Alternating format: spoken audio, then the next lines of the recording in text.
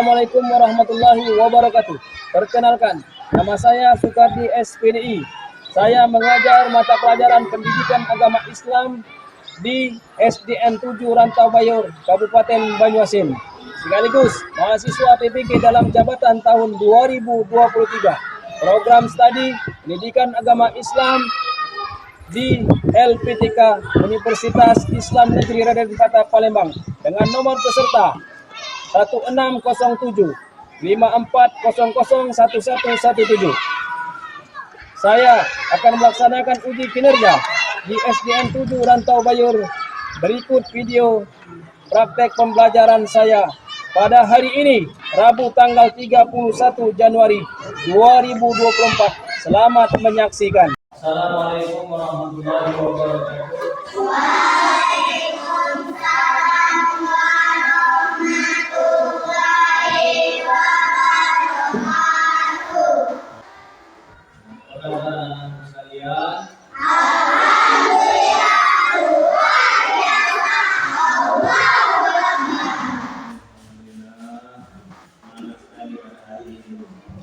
Rekan-rekan sekalian, kemarin kita sudah membahas tentang rukun iman yang ketiga, yaitu iman kepada kitab Allah. Nah, hari ini kita akan melanjutkan materi tentang rukun iman yang keempat, yaitu iman kepada Rasul-Rasul. Ini sebelum kita memulai pelajaran, kata baiknya pada 12 untuk memandu doa sebelum belajar. Pada anak musik, silakan. Mendengar pelajaran membaca doa.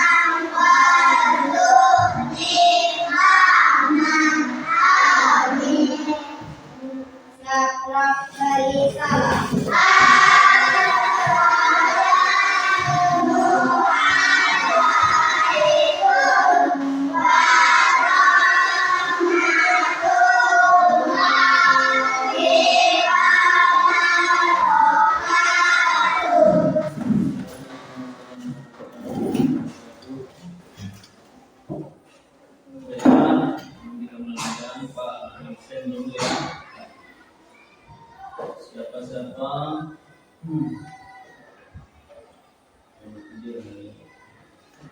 absennya? Muzin al-Khair. Siapa? Wildan, Saya Pak. Nopania, Saya Pak. Yeli Amilda, Saya Pak. Ujek. Saya Pak. Alhamdulillah ya masuk semua ya pada hari ini, tidak ada yang sakit. Alhamdulillah hadir semua ya. Namun sebelum kita melakukan kita pada hari ini mengenai tentang rukun iman yang keempat, yaitu iman kepada Rasulullah. Pak mau tanya, jika anak sekalian diperintah oleh ibunya membeli gula,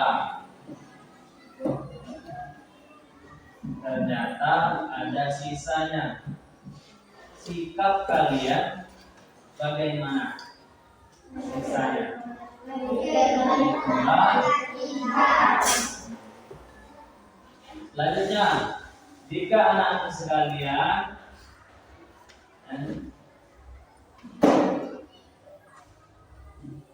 diperintahkan oleh ayahnya untuk menyampaikan sesuatu hal kepada misalnya mamangnya,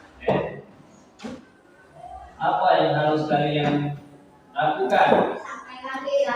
Sampaikan, karena sesuai dengan sifat Rasul. Yang pertama tadi adalah sidik, jujur, kembalikan. Kemudian yang kedua tadi menyampaikan itu cerminan daripada sikap tabligh. Baiklah sekalian, hari ini kita melanjutkan pelajaran tentang hukum iman yang keempat, yaitu iman kepada Rasul Allah.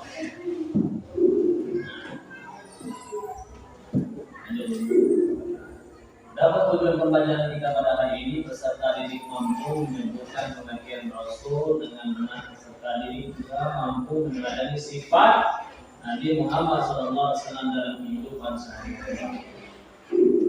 Nah, jadi Rasul berasal dari kata bahasa Arab Rasalah, artinya utusan atau penyampaian. Pengertian Rasul adalah orang yang mendapatkan wahyu dari Allah. Mendapatkan wahyu dari Allah. Dia tidak hanya untuk dirinya sendiri, tapi dia harus menyampaikan kepada umatnya. Itu pengertian daripada Rasul. Seperti Rasul kita yang terakhir ini, Rasul kita yang terakhir yaitu Nabi Muhammad SAW. Jadi pengertian Rasul dengan Nabi beda ya. Kalau Nabi dapat wahyu untuk dirinya dengan kaumnya.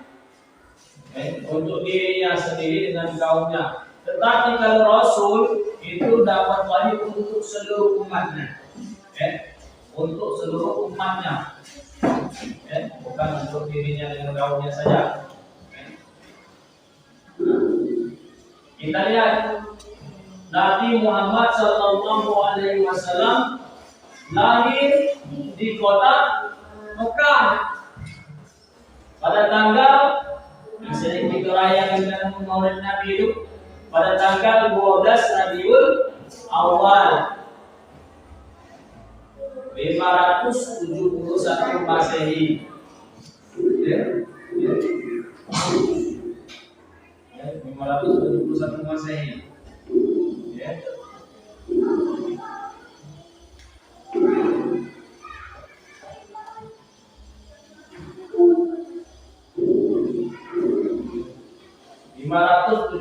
Masehi bertepatan dengan tahun gajah. Kenapa disebut tahun gajah? Karena pada masa itu pasukan Raja Abraham menggunakan gajah untuk menghancurkan Ka'bah bertepatan dengan hari kelahiran baginda Rasulullah SAW, yaitu Nabi Muhammad SAW. Jadi bertepatan itu. Maka ini disebut tahun gajah karena pada waktu itu kelahiran Nabi bertepatan dengan kejadian pasukan Raja Abraham ingin menghancurkan Ka'bah. Bertepatan hari kelahiran Nabi Muhammad Shallallahu Alaihi Wasallam. Nah, selanjutnya kita meneladani sifat Nabi Muhammad Shallallahu Alaihi Wasallam. Sidik artinya jujur, benar juga. Sidik artinya jujur, benar. Itu sifat Nabi ada 4. Sidik tadi artinya jujur, benar. Kemudian yang kedua, sifat Nabi itu amanah. Artinya dipercaya. Ada yang ngomong, Pak dapat dipercaya sama baik, dapat dipercaya dan dipercaya sama baik. Kemudian sifat yang ketiga tabligh, artinya menyampaikan. Dalam arti misalnya ada seperti Pak tanya di awal tadi, menyampaikan misal kita dapat ilmu, dapat pembelajaran hari ini tentang kisah Nabi itu sampai dengan kawan itu sifat Nabi itu ini ada 4. Dan itu termasuk daripada sifat tabligh, menyampaikan kebaikan walaupun satu ayat, satu kalimat, satu kata. Kemudian patona artinya pandai, cerdas. Apa kita dituntut cerdas? Makanya kita dituntut cerdas supaya kita apa? Supaya dituntut cerdas. Dituntut cerdas. Supaya ada misalnya pengetahuan baru kita pelajari, alhamdulillah kita bisa memahami. Makanya sampai kita dituntut cerdas menghadapi ada hadis Nabi utlubul ilma walau bisin tuntutlah ilmu walaupun sampai ke negeri Cina itu. Wajib kita tuntut ilmu. Dalam hadis itu untuk menerima ilmu tidak dituntutlah ilmu dari buaya hingga masuk ke liang kubur. Tuntut ilmu itu wajib bagi kaum Islam wanita, Muslim wanita dan Muslim laki-laki itu wajibnya. Batasannya mati.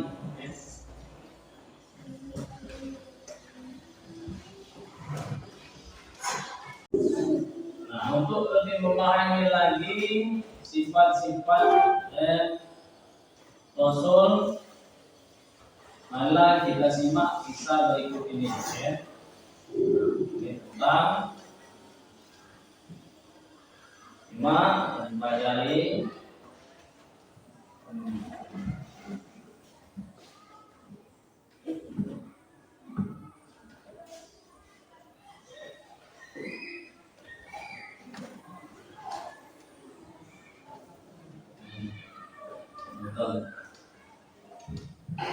Pada zaman Rasulullah Muhammad Sallallahu Alaihi Wasallam ini, kota Madinah menjadi tempat yang sangat ramai.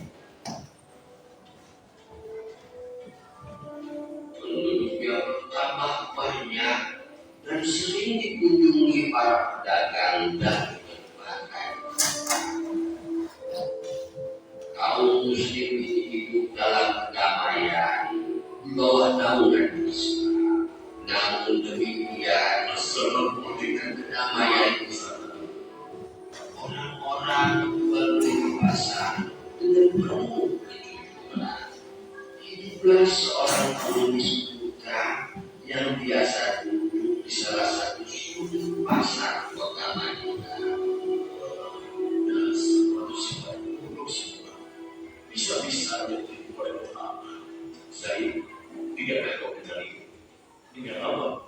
Nabi Habib dengan tiba-tiba mengaku menjadi Nabi. Masya Allah, siapa yang berani berkata seperti itu?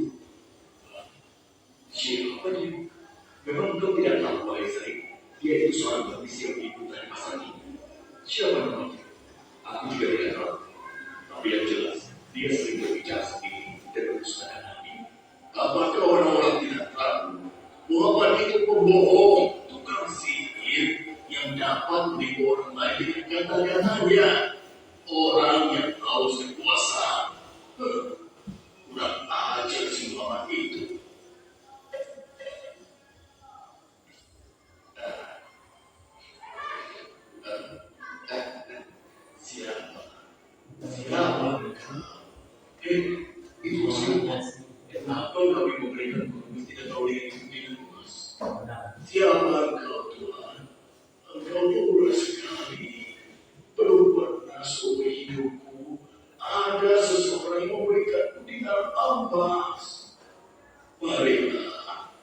duduk bersamaku sebentar.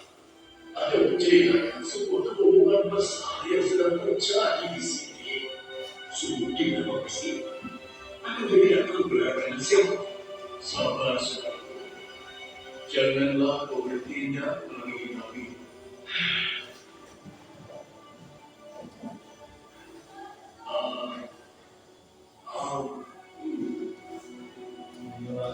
Enak sekali lagi. Terima kasih Tuhan. Belum pernah aku bertemu seseorang yang melakukan aku sebaik ini. Demikianlah sejak saat Rasulullah SAW Si pengemis Yahudi buta itu tidak tahu bahwa yang selama itu mendatanginya adalah Rasulullah. Rasulullah tidak pernah menceritakan siapa beliau sebenarnya. Tapi tidak makan, kan dihina terus, Pak. Itulah salah satu keutamaan Nabi. Beliau sangat sabar meskipun dihina. Beliau tetap bersikap lemah lembut terhadap pengemis itu.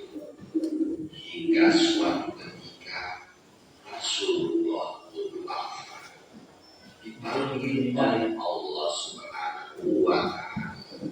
Inna lillahi wa inna ilaihi raji'un.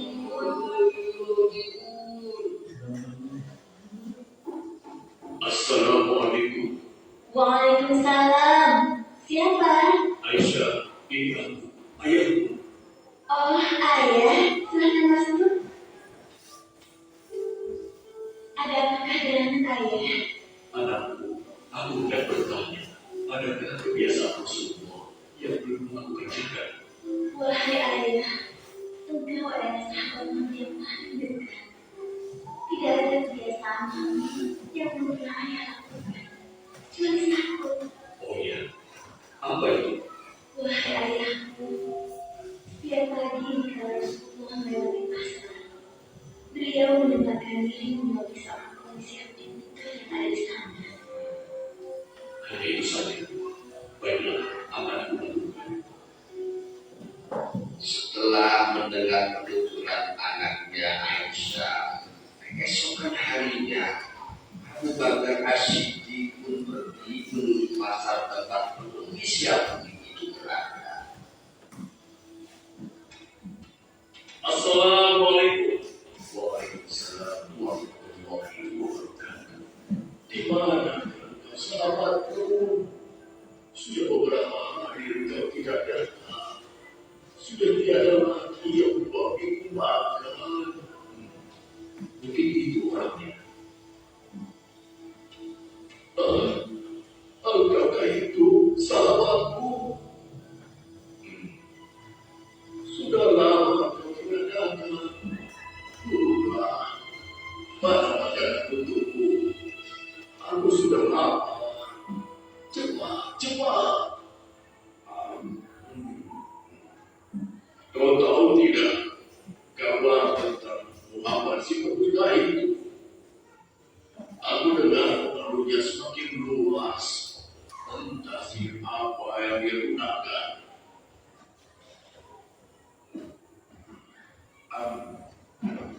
Bisa-bisanya ia mengaku Rasul. Memangnya siapa dia? Mendengar wajahan si pengemis buta, Abu Bakar menjadi geram. Nah, dari hasil pengamatan video tadi, timbul pertanyaan, apa yang dilakukan oleh seorang pengemis terhadap Nabi Muhammad SAW? Pengemis buta tadi, apa yang dia lakukannya? Dia selalu menghina, mencaci maki baginda Rasul. Dia tak tahu yang dicaci itu adalah baginda seorang Rasul. Jadi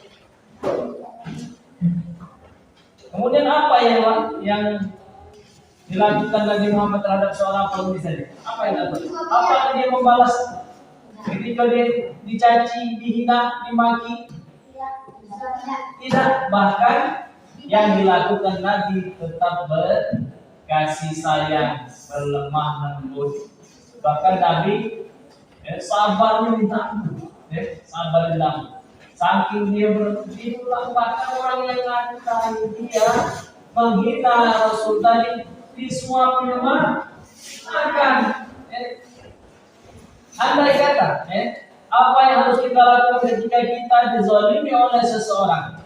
Apa yang kita lakukan? Ketika kita dizalimi seperti baginda Rasul, apa yang kita lakukan? Tetap tenang dan memaafkan. Karena ciri daripada sifat baginda Rasul itu ada 3. Yang pertama, antaqwa man zalaman, kata Nabi, maafkan orang yang zalim dengan kita. Antaqwa man zalam, maafkan orang yang zalim dengan kita. Biarlah orang menghina, mencaci kita, tetap kita berlaku baik. Yang kedua kata Nabi, wa anta silaman qata'at, kata Nabi, sambung tali silaturahmi kepada orang yang memutuskan tali silaturahmi dengan kita. Orang mengajak pengawal, orang memutuskan pertemuan, silakan kita tetap menganggap dia sebagai teman. Ketiga kata Rasul, wa anta taqwa man haramak, wa anta taqwa man wa antuqtiya man haramak, wa antuqtiya man haramak, kata Nabi, maafkan orang yang selalu jahat dengan kita. Orang yang jahat dengan kita, jika perlu kata Nabi, antari makanan, tunjuk makanan. Nah, seperti yang dilakukan Nabi itu, wa antuqtiya man haramak. Walaupun dia dijahati, dihina, dicaci maki, Nabi tetap mengasih makanan, kasih sayang dia tetap itu dari pengamatan hasil video tadi. Paham? Kita lanjut nak. Nah, sembari kita untuk memahami lagi silsilah baginda Rasul, marilah kita nyanyi sama-sama. Yang tadi, yang berdiri yang mau nak duduk baik. Duduk baik. Oh ya.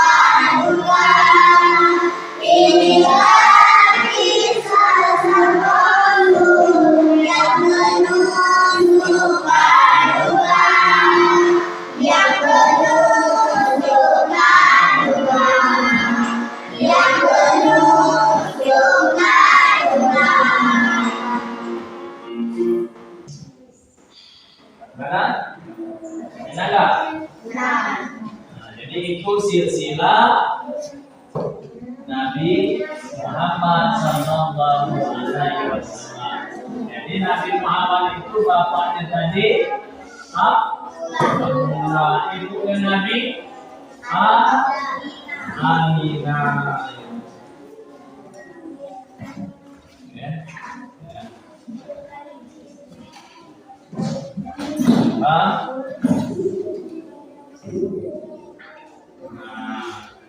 Dan untuk lebih kita lagi, Pak mau kasih tugas kelompok yang sudah dibagi kemarin, silakan kelompok yang cek kemarin seperti kemarin sebanyak 5 kelompok.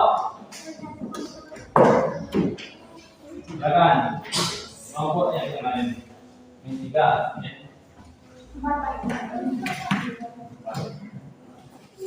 Ini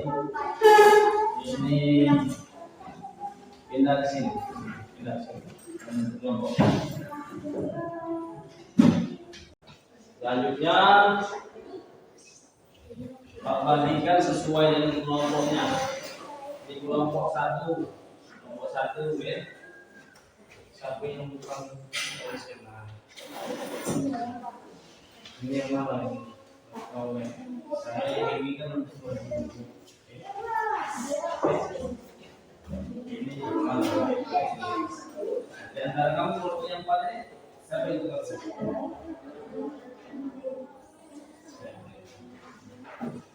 Ya, sesuai dengan tadi yang besok maju depan.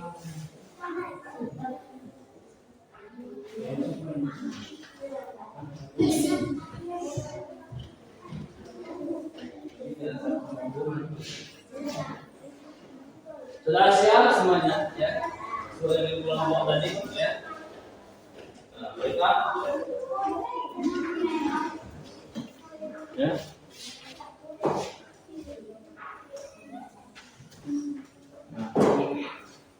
Untuk kelompok 1 silakan, kelompok 1 maju ke depan.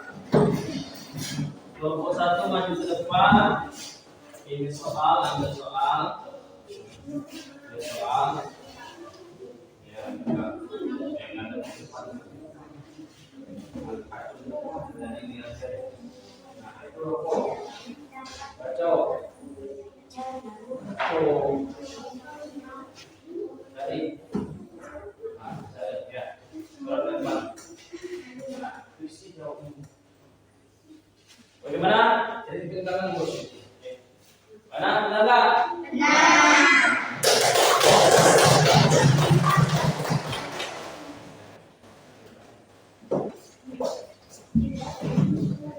Untuk kelompok 2 silakan maju, ambil soalnya. Ini soal. Ini soal dulu.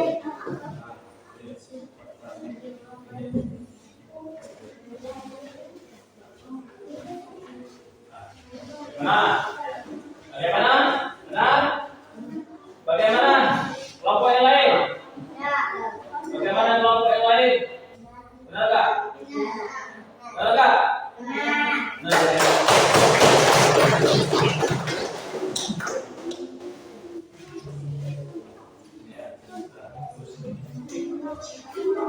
Selanjutnya kelompok 3 silakan maju ke depan. Ambil soalnya. Ya. Apa macam bagus itu. Empat pasal nanti. Ya, bagaimana? Tiga soal bagaimana? Ya, datang.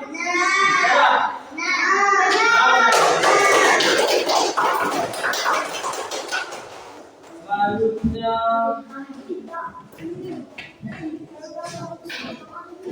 kelompok 4. Silakan maju kelompok 4. Kelompok 4 maju. Kelompok 4 maju.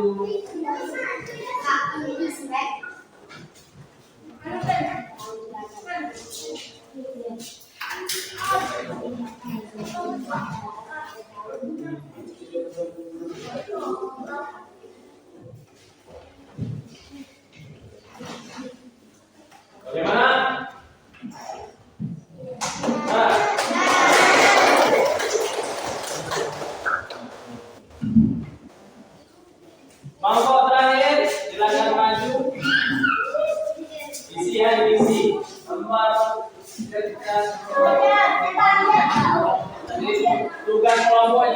ya, sesuai isi kalau.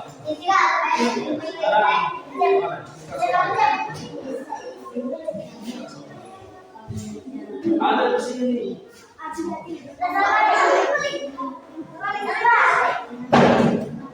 Benar nggak?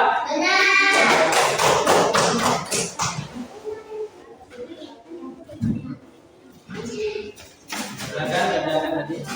Kelompoknya tadi.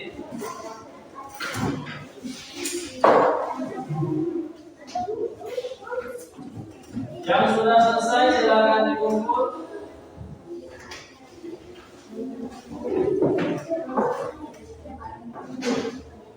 Sudah selesai silakan dikumpul.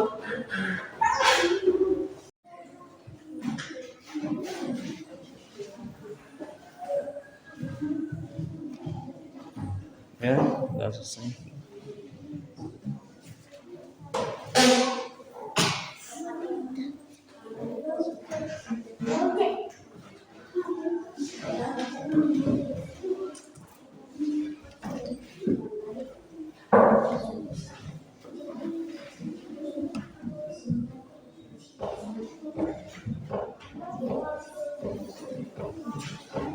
Sudah selesai.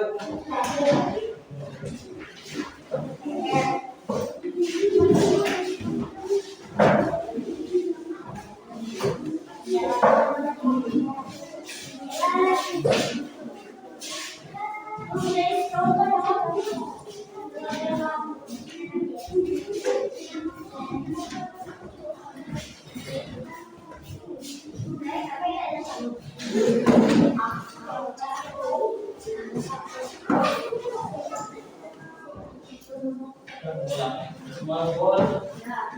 Pokoknya sudah selesai semua kumpul ya.